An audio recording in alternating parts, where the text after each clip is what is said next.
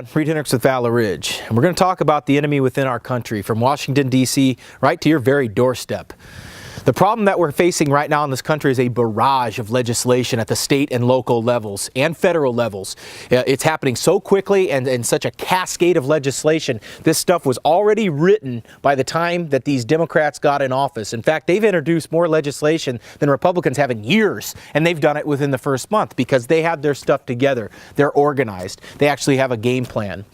But the problem is it's not just at the legislative level. We have two types of enemies in this country. We have covert enemies and we have overt enemies. And the overt enemies are the mouthpiece for the radical left. These are people like Kamala Harris and Cory Booker and Eric Holder, and people that have this veneer of legitimacy. They're simply the mouthpiece for their radical constituency. Think about who Maxine Waters' constituency is. Think about what these people believe and what their vision of government is. Think about what the vision of Alexandria Ocasio-Cortez's constituents are. These are people that just arrived in the United States. They do not understand America or what the values of America are.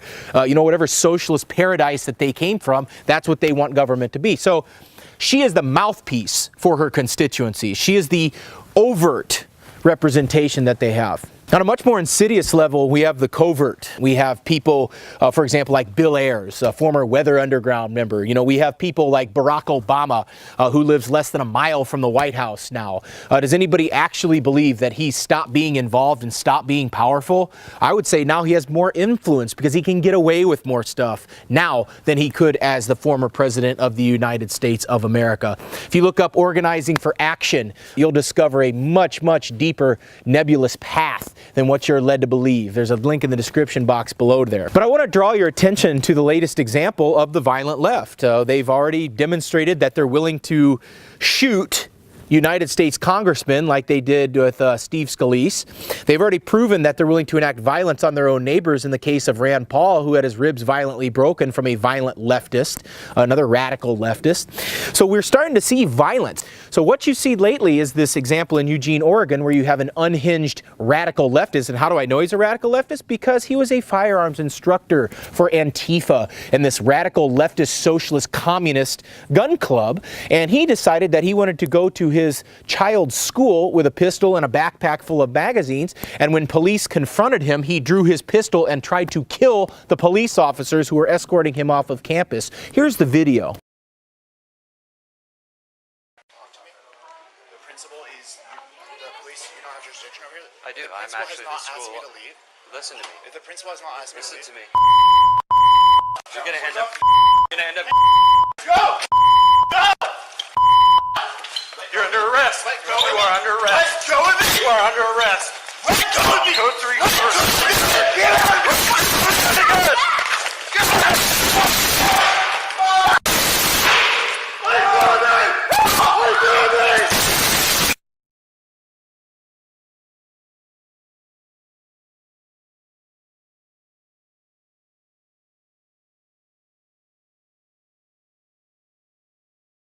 So the police officer shot this guy dead. Thank God he is no longer alive on this planet. Nobody should weep for him. And if you think the police acted inappropriately, what would you do if somebody pulled a pistol at you and fired 2 rounds into the school like this lunatic did? The overt and covert enemies are not separate. They exist together. They are one and the same. One just has an air of legitimacy. The other one is far more radical and far more underground. And these people have been organized for a very, very long time. So just as our ancestors faced the choice over 200 years ago between not being taxed out of existence and having their firearms confiscated, which is what the British tried to do, this same spirit, the same evil is with us today, and they live amongst us. They live probably next door to many of you watching this video. They're in office. Some of them may represent you. Some of them may have just been voted into office due to whatever promises that they made to their constituency. So we face a very similar situation. Well, what can we do about it? Well, we already talked about voting, but I think that in this case, how many cases of voter fraud have to be reported before we decide that these elections just are not that legitimate? I found whatever the left accuses its political opponents of of, they are guilty of doing themselves. They want to talk about Russian collusion. How about the fact that a report just came out that over 60,000 illegal aliens voted in Texas? How's that? Do you think that could swing an election? Well, given that Florida's election was less than 50,000 votes of a difference between senator and governor, I would say yes, that could make a difference. So if voting isn't going to work, and let's say in 2020 that the radical left gets the presidency, the House of Representatives and the Senate, and then from day one they start the typhoon of legislation, what should we do? Well, I'm going to tell you what I'm going to do. I'm not going to comply with any of their laws. I'm not going to follow any of their dictates. There would be an illegitimate government right then and there because they have already, upon being sworn in, immediately have violated their oath of office to support and defend the Constitution of the United States. They only have one house of Congress right now. One. They are the majority in the House of Representatives. Republicans have the Senate and the presidency. They have one chamber of Congress, and look what they're doing. Look what they do when they have control of state legislatures. Look at what they've done in Illinois. They want to register ammo, register firearms. Look what they've done to California. Look what they've done to New York. Look what they've done to Massachusetts. Look what they've done to New Jersey. Look what they've done nationwide where they've had control. Look at what they've done to the citizens of this country. And you can't say, oh, no one's coming for your guns, Reid. Yes, they are. Here's a photo of some stupid woman at a rally saying, yes, they are coming for their guns. Kamala Harris has said she would come for your guns. Cory Booker said the same thing. So don't tell me that this is an unreasonable fear, because it is. And also, now we have this issue where children can be killed after they're born. Governor Northam said that. And don't tell me, oh, Reid, you're misconstruing the bill. I heard what the dickhead had to say. I'm taking their direct words and telling you what they have said that the intent of their bill is. So don't tell me I'm misconstruing the bill. I'm simply repeating what these idiots have said themselves. So what did our ancestors do? What did our founding fathers do when they were faced with a similar situation where their speech was repressed, where the king and parliament threatened to raise their taxes and threaten their liberties and occupy their towns with agents of government and completely screw them over of their natural rights as Englishmen? What did our forefathers do? They organized, they drilled, they trained, they saw the writing on the wall, and they knew what was coming, and they knew that there was going to be problems coming. They wanted reconciliation, they wanted all this to happen. They petitioned the Parliament and the Crown for redress of grievances to have it be met with nothing but stone cold silence.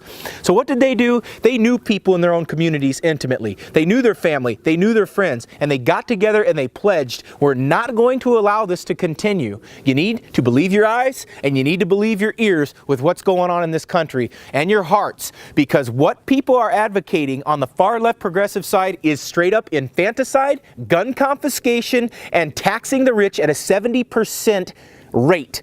This is the very definition and epitome of tyranny, and you need to recognize that right now and not just blow them off that this is just the radical fringe anymore. That's the mainstream political party in the United States of America. Now we've got maybe less than 2 years to get our act together and have all peaceful means before that time when we can vote, where we can voice our opinion. But you need to be prepared in the event where our voices are no longer heard, where our rights are attempted to be stripped away, and where people are enacting an outright tyrannical form of government. I keep seeing these videos pop up, how to bury your guns and how to bury and hide your gun. No. That's not why the Second Amendment was written. The Second Amendment was not written to bury them for some eventual day. No. You don't wait. The longer you wait to get your act together, once this stuff comes down, you are so far behind the power curve that it's not even funny. You have to, in the United States of America, meet tyranny with resolve, courage, steadfastness, and absolute valor. So if you want a good starting reference, my recommendation would be start with this book right here, Resistance to Tyranny by Joseph Martino. Fabulous writing, good action points in here. There's a lot of good information. This guy understands history. He understands trends. He understands what happens once a nation comes down this path. And I'm here to tell you, a lot of people think change is slow. Absolutely not. I've studied enough history to know that once stuff like this gets embedded, change happens rapidly. Think about where this country was 10 years ago. Think about where we are now.